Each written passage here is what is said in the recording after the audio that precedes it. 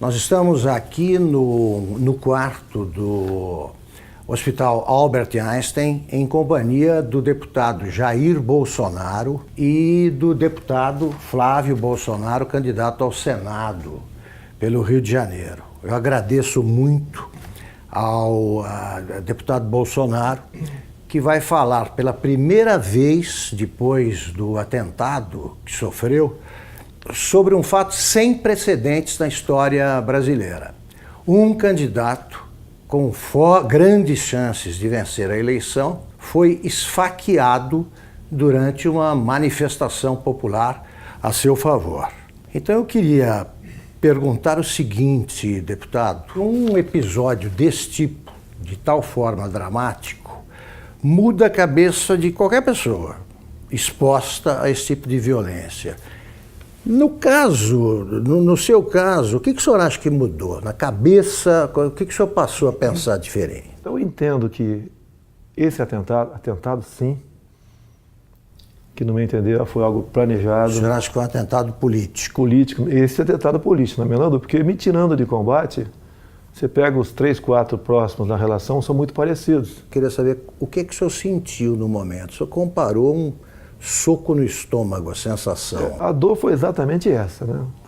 A dor, quando eu levei a pancada, eu pensei que um cara tivesse dado um soco, uma pedrada meio de longe. O senhor não viu o rosto dele? Não, no rosto dele não vi. Eu vi um vulto, não teria condições de desviar a cara dele, não teria condições. Tá. Eu vi que tinha um vulto que se aproximou e deu uma estocada.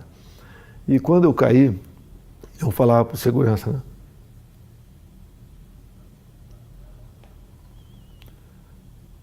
Foi uma porrada no estômago. Porque eu olhei aqui, levantaram a camisa, tinha um cortezinho, mas não sangrava. Foi uma porrada no estômago. Começou a passar o tempo, igual aquela bolada que tirava no futebol. E a dor não passava. E eles já estavam, os seguranças foram excepcionais, né? Os colegas meus da Polícia Militar, da Polícia Federal, tinha mais gente também de outros órgãos, com toda certeza. Me levaram rapidamente para o hospital. Bem, o que eu fiquei sabendo lá no hospital? Na Santa Casa de Juiz de Fora. Aconteceu vários milagres, né? Primeiro o cara deu uma facada e rodou. Ele rodou para matar mesmo, o cara sabia o que estava fazendo. Daí já vem esse papinho que ele já foi açougueiro. Açougueiro, ajudante de pedreiro, já começa essas conversinhas todas aí. Tá? E por questão de milímetros não atingiu veias aqui que não teria como eu resistir. Foram em 3 lugares no intestino fino e um no grosso, onde espalhou fezes por aqui tudo. Me levaram para o hospital. Eu ainda não sabia o que tinha acontecido, né? Bem, resumindo, foi drenado mais de 2 litros de sangue, 35 pontos, levei aqui, abriram tudo, botaram tudo para fora. Me disseram que eu acordei 2 vezes durante a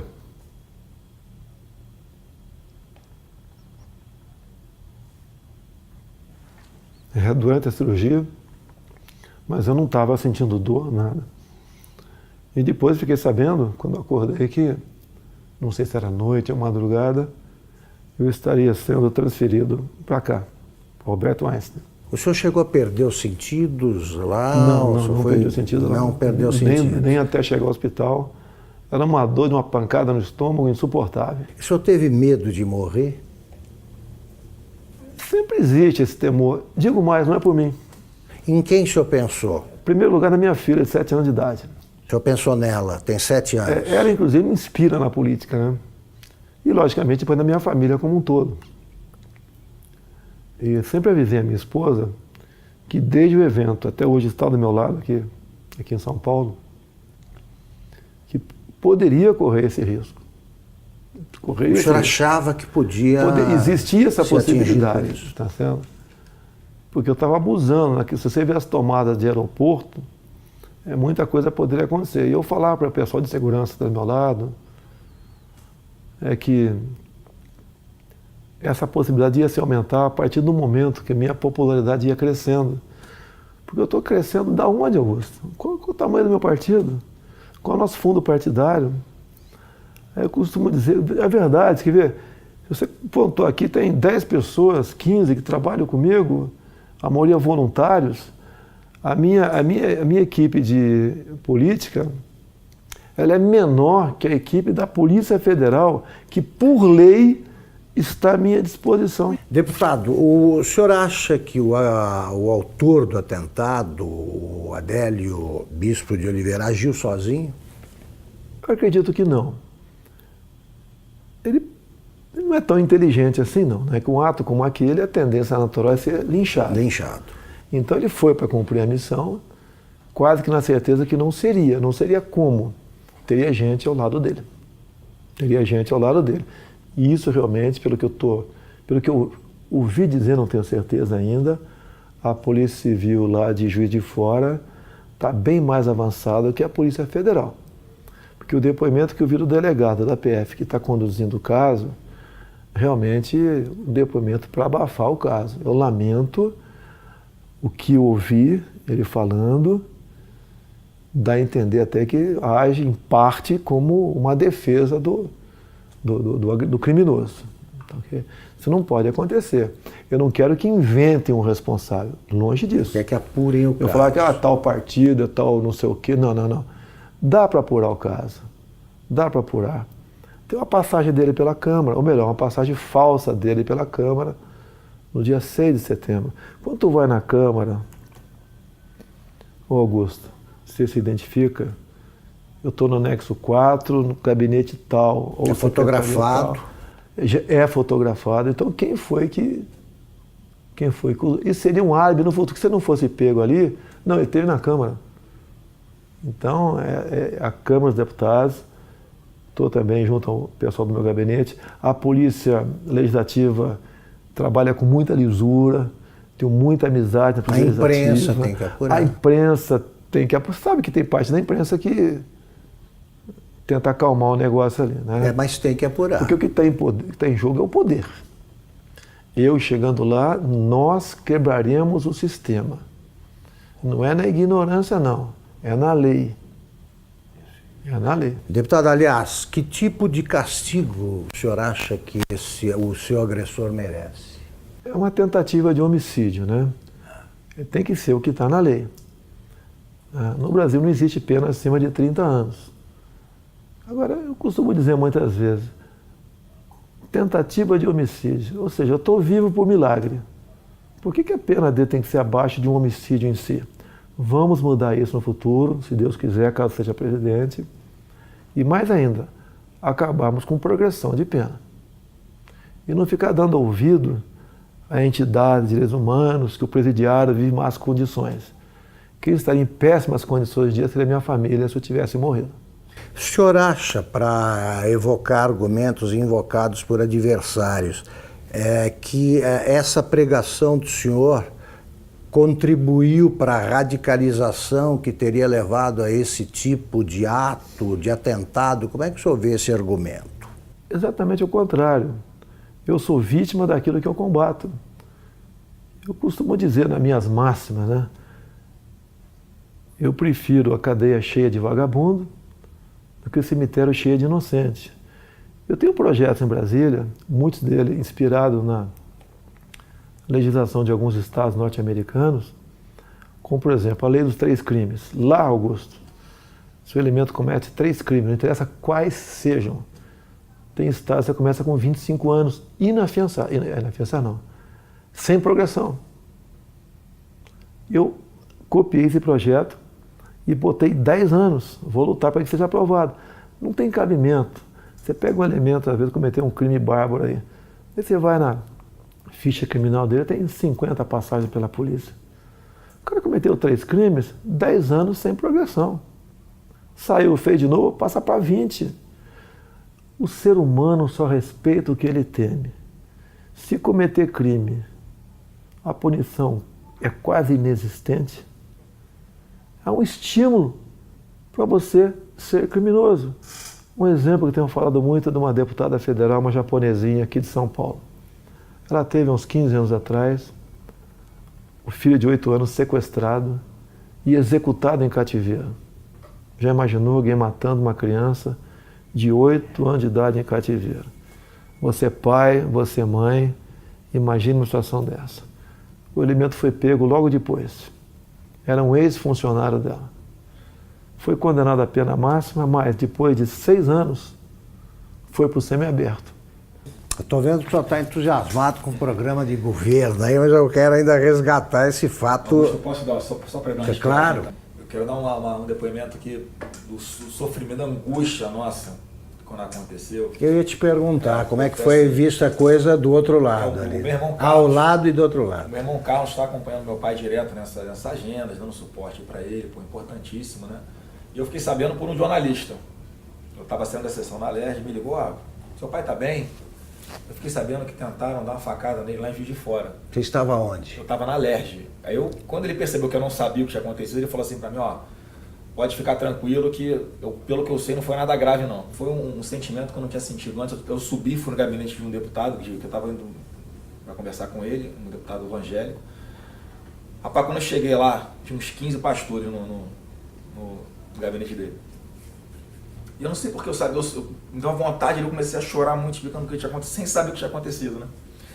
E aí, você não sabia? Não sabia, mas eu chorava com medo do que pudesse acontecer, mas tinha certeza que não ia acontecer o pior. Pressentiu? Tinha certeza que não ia acontecer o pior. Mas pressentiu que podia ser fez aquela oração, todo mundo ali, pela saúde dele. Eu entrei no carro, foram as horas mais longas da minha vida no trânsito, que era a véspera de feriado. E aí eu sabia assim, meu irmão tá lá com ele, tá bem cuidado, tá num bom hospital.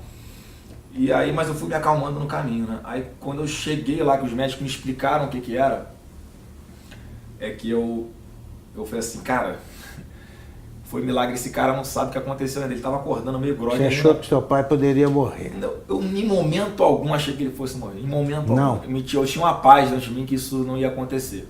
Mas quando eu vi o que tinha acontecido, a gravidade, o que os médicos me contaram, e aí meu irmão me deu uma noção do que tinha acontecido também. E aí olha só o que esse cara me falou. Ele chamou perto, ele não tinha muita força para falar na hora. E aí ele me chamou pertinho da boca dele assim, né? Encostei o ouvido nele. Não foi com essas palavras, foi assim, se deram mal, tô vivo.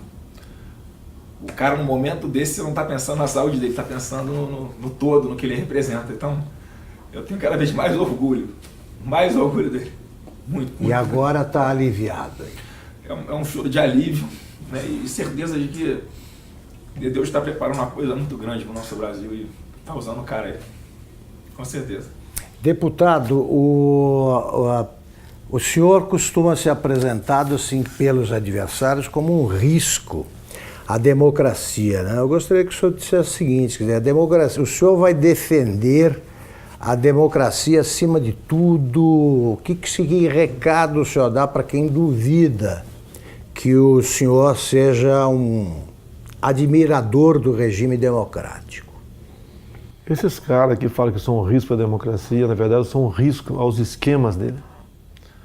Não vai ter mais indicação para BNDES, Banco do Brasil, Caixa Econômica, Banco da Amazônia, Banco do Nordeste, com esse critério.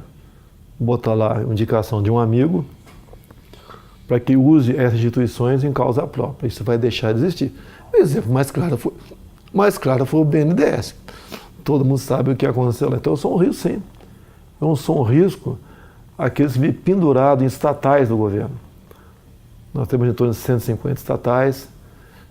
Conversei com o Paulo Guedes, que rapidamente... Vai privatizar estatais. Eu falei, Paulo Guedes, nós vamos priorizar um estudo muito acurado, não vamos fazer injustiça com ninguém. Mas algumas serão privatizadas, certamente. Vou dizer muitas. Tá? No governo do PT, umas 50 foram criadas. Temos até o estatal do trem-bala, eu não sei ainda. Isso. Tem lá algumas dezenas de apadrinhados ganhando uma fortuna por mês. A tal da EBN também. É outra que você tem que olhar com muito carinho, porque é um orçamento de um pouco mais de 1 bi por ano, uma TV que ninguém assiste. E está lá, amigos do rei estão lá. Então, essas estatais que são ociosas, com toda certeza serão privatizadas. Agora, existem estatais que são estratégicas. Tenho conversado com o Paulo Guedes, né? Banco do Brasil, Caixa Econômica. Para mim, são estratégicas. Então, isso daí estão fora de cogitação. E mesmo assim, temos outras, você tem que ver o critério, o modelo para privatizá-la. Não é jogar para cima, quem pegar, tem pegou. Que examinar. E uma grande preocupação que nós temos. Nós não podemos ser inquilinos de nós mesmos aqui no Brasil.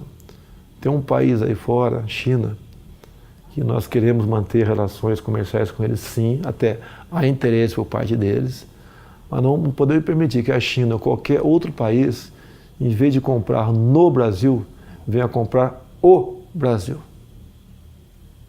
Perfeito. Deputado, a ex-senadora Marina Silva disse o seguinte, que a prova de que as ideias do deputado Jair Bolsonaro não funcionam, a prova disso foi o próprio atentado, porque tanta gente protegendo não conseguiu impedir que o ataque acontecesse. A Polícia Federal falhou? O senhor notou falhas no esquema de segurança? O ambiente não tem como você ter um sistema de segurança perfeito. É um tumulto ali, né? Eu vejo pela televisão. E eu sempre falava com eles da possibilidade, né, crescente disso acontecer, tendo em vista o nosso crescimento junto à opinião pública. Então eu não culpo a Polícia Federal, não. Eles até ajudaram muito com os policiais militares do Rio que estavam comigo lá. Isso vai evitar, evidentemente, esse tipo de manifestação. Não, eu até as eleições, eu estou em alta até o dia 31. Sim. E a recomendação, eu não posso sair de casa. Se eu levar um esbarrão na rua com a situação que eu estou aqui, pode botar tudo a perder. Então eu não posso ir para a rua, realmente. Eu peço a compreensão dos amigos. Pretendo, a partir do dia 1º, agora, em todo o horário eleitoral gratuito, fazer uma live e conversar com o pessoal sobre as eleições. A última que fizemos, chegou live, né, ao vivo, está 275 mil pessoas presentes. Então está com uma aceitação muito boa, porque eles acreditam que a nossa proposta sempre é a verdade acima de tudo. E o Brasil também, né, como o nosso alvo principal, ninguém entende como um país que tem tudo como esse, ser o que é. Se você olha para o Japão, Coreia do Sul, para Israel, olha o que eles não têm, olha o que eles são. Olha para cá o que nós temos, o que nós não somos.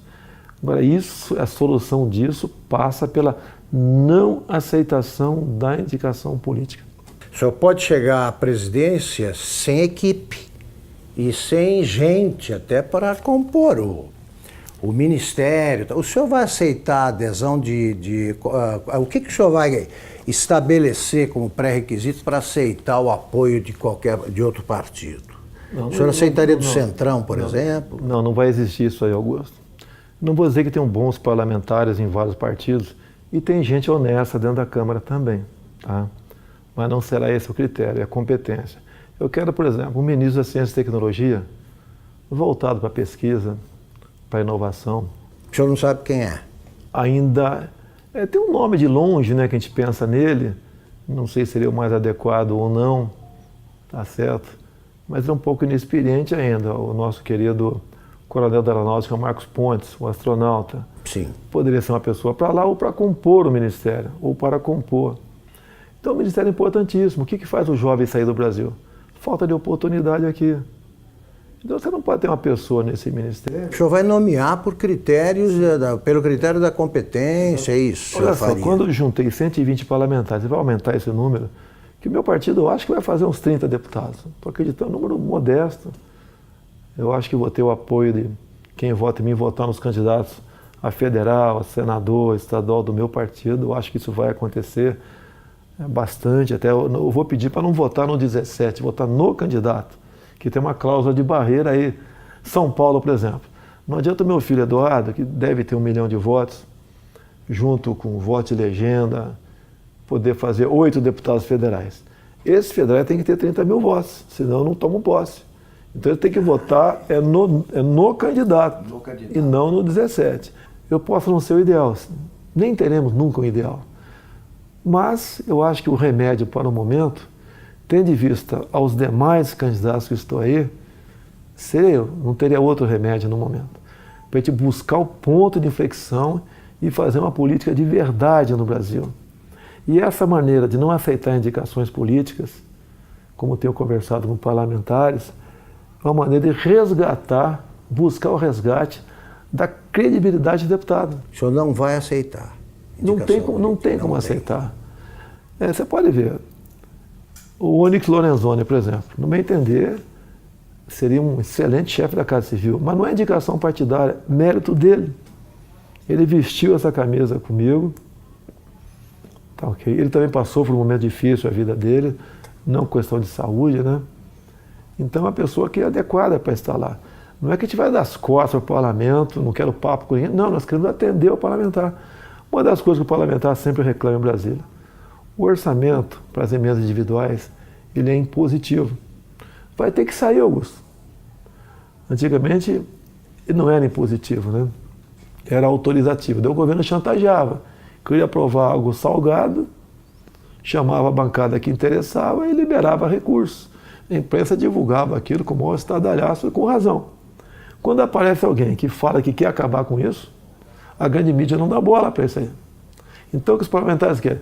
Vão ter suas emendas liberadas o mais rápido possível, porque ou muda a lei, ou eu libero. A liberação, então, não vou querer chantagear parlamentar para nada. Perfeito. Deputado, vamos encerrar a entrevista até por cuidados médicos. A senhora ainda está convalescendo, está em boa forma, mas convalescendo. Eu queria terminar perguntando o seguinte, o senhor acha que o Brasil, hoje, de modo geral, precisa se tornar mais tolerante? O ambiente está muito radicalizado. Que recado final o senhor dá sobre esse quadro brasileiro? Vou falar o Brasil. Há uma certa potencialização em cima disso também. É a pregação da luta de classe imposta pelo PT. Agora, logicamente, isso vai da educação do povo, né? A nossa educação leva para, quanto melhor for, leva para o fim da intolerância. Fim da intolerância. Isso é natural. As provas internacionais do PISA, entre outros aqui, você vê que o Brasil não vai bem na educação de há muito tempo. Você tem que investir nisso para jogar na ponta. Tá? Agora, da minha parte, eu nunca preguei ódio. Eles dizem que eu prego ódio. Eu vi uma matéria dizendo, o Bolsonaro agride gays, negros, mulheres. Me aponte um áudio meu agredindo quem quer que seja. Uma imagem minha agredindo. Jogam e eu tenho que me explicar a vida toda sobre isso aí. É a minha família, minha nova família. Estou indo para 11 anos de casado com a senhora Michele. O pai dela é o Paulo Negão. Nossa família. E 11 anos atrás ninguém falava em Jair Bolsonaro. Era apenas uma figura lá do baixo clero que dava umas caneladas na Câmara lá. Deputado, muito obrigado pela entrevista. Eu quero agradecer a todos vocês, em especial Augusto Nunes nesse momento, a população pela confiança, pela simpatia, agradecer pelas orações, vocês foram excepcionais. Realmente os médicos dizem que eu estou vivo por uma obra de Deus, um milagre aconteceu. E vamos juntos mudar o destino do Brasil. Tá ok?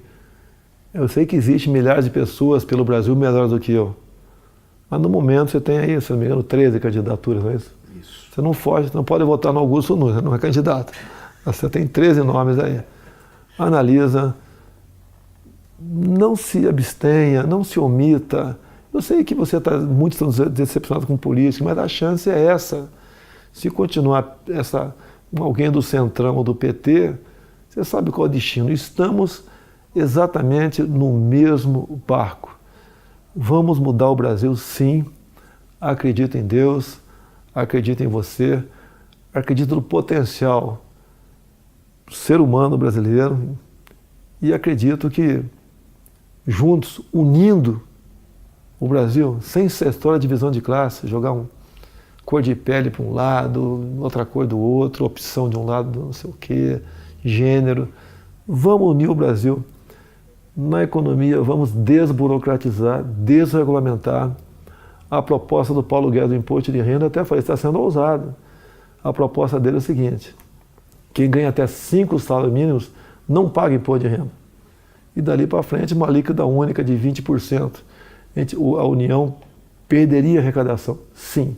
Mas o gás que você daria para as empresas para os comerciantes, produtores rurais para empregar gente, desonerando a folha de pagamento, compensa muito. A Inglaterra fez um plano semelhante há 20 e poucos anos atrás. Com o Trump agora ele fez a mesma coisa.